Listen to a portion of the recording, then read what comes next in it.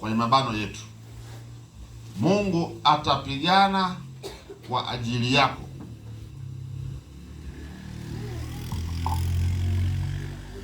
Katika vitu ambavyo vina uhakika katika hii dunia ni Mungu kutupigania. Mungu atapigana kwa ajili yako leo. Sema leo.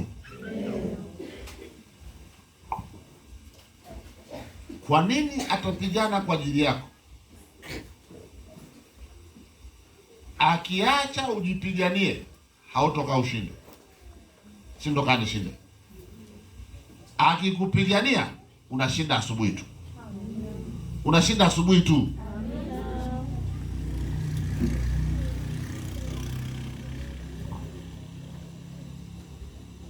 Halo. Naanza kwa halo.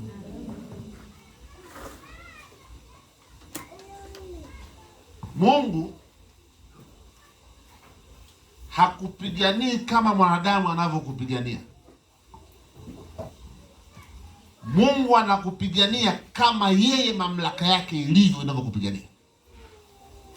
Kwenye afya, kwenye uchumi, kwenye familia, kwenye ndoa, kwenye jamii,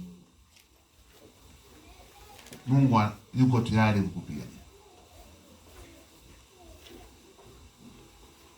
Na hii ndio sifa ya Mungu.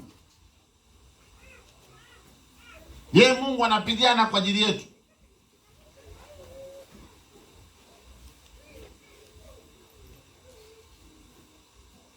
Unajua hakuna namna ya kulinganisha uwezo wa Mungu, mamlaka ya Mungu, alivyo Mungu na vinyamkela. Vinini?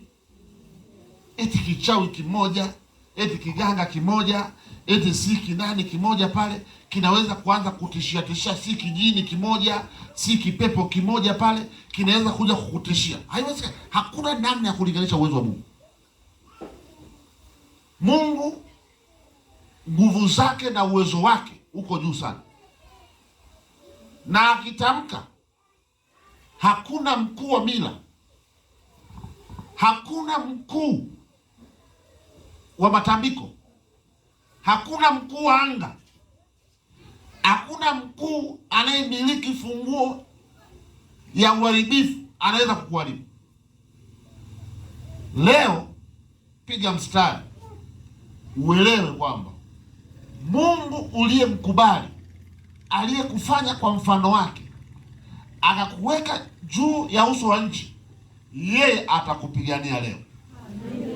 Mwingine tunaweza kuhubiri injili kama kitu cha nadharia. Injili sio nadharia. Injili ni Mungu mwenyewe kazini. Injili ni Mungu mwenyewe kazini. Nataka nikuthibitishie, yote aliyokuuliza hatakuuliza. Yote aliyokuwa na kukwamisha kibiashara, kimafanikio, hayatokukwamisha. Kwa sababu gani? Leo mwenyewe aliyekuumba anakwenda kukupigania. Amina. Na atakupigania milele. Amina. Haleluya, watu wa kanisa. Amina. Kuna muda unaweza kupita kwenye magumu, changamoto, mambo mengi, ukawaza, ukafikiri, ukawazua, ukauona kama msaada uko mbali. Mungu anasema yeye ni msaada ulio karibu. Yeye ni msaada. Tunataka tuone katika hii dunia, kati ya wakuu wa mila, desturi na giza, kama wataishinda hii dunia. Hawataka waishinde, kwa sababu Mungu amejipambanua. Ana uwezo, ana nguvu, ana mamlaka kuliko mamlaka ya mtu mwingine.